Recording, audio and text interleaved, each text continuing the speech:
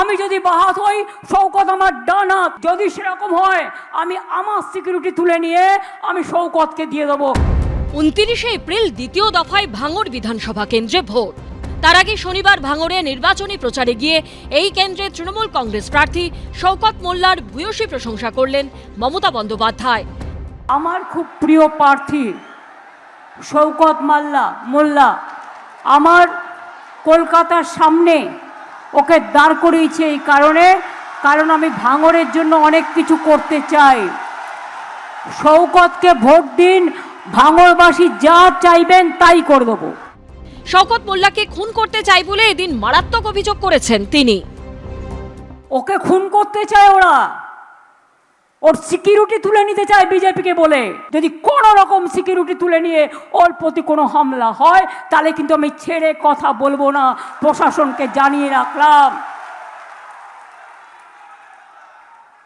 বিজেপির নিজের হিম্মত নেই, আমাকে লড়তে পারে না, ওরা শওকত মোল্লার সাথে ঝগড়া করে মরছে।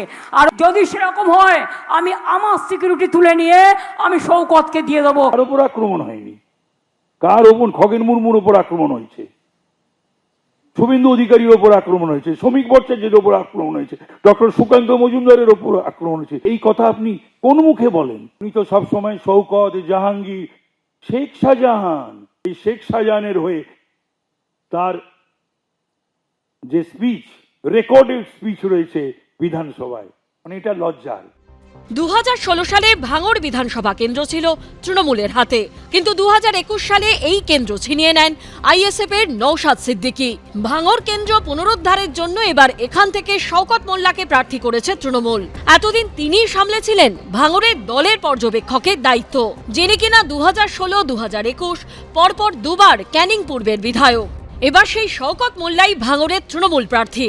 এদিন তার হয়ে ভোটের প্রচারে গিয়ে প্রতিপক্ষদের কড়া ভাষায় আক্রমণ শানান মমতা বন্দ্যোপাধ্যায়। ভাঙড়ে কতগুলো বিজেপির দালাল আছে, টুকটুক করে বোম মারে আর বিজেপিকে ফোন করে বলে একে অ্যারেস্ট করিয়ে দাও, ওকে অ্যারেস্ট করিয়ে দাও। আমি সবটা জানি। এরা বিজেপির টাকায় চলে। যারা বিজেপির কাছে টাকা খেয়ে নিজের বর্ণের সাথে, নিজের জাতির সাথে গদ্দারি করে, এদের ক্ষমা করবেন না। শওকতই আমায় বলেছিল 8টা থানা বানাতে। বিজেপির গর্বে তৃণমূলের জন্ম হচ্ছে। আইএসএফ এর গত 5 বছর ধরে বলছে আইএসএফ এর সাথে বিজেপি যোগাযোগ আছে, একটা সিঙ্গেল প্রমাণ দেখাতে পারেন। ভাঙড় বিধানসভায় চালতাবেড়িয়া অঞ্চলে ওহিদুল ইসলাম কোথায় বোম মারছিল শওকত মোল্লার হয়ে, এসকর্ট 2জন ডেট হয়েছে, 4জন একটা নিরুদ্দেশ, তার মধ্যে ওহিদুল ইসলাম নিরুদ্দেশ। সে কোথায় মমতা খুঁজে বার করুক না। এদিকে ভাঙড়ের একসময়ে দাপুটে তৃণমূল নেতা আরাবুল ইসলামের সঙ্গে বারবার সংঘাতে জড়িয়েছেন শওকত মোল্লা।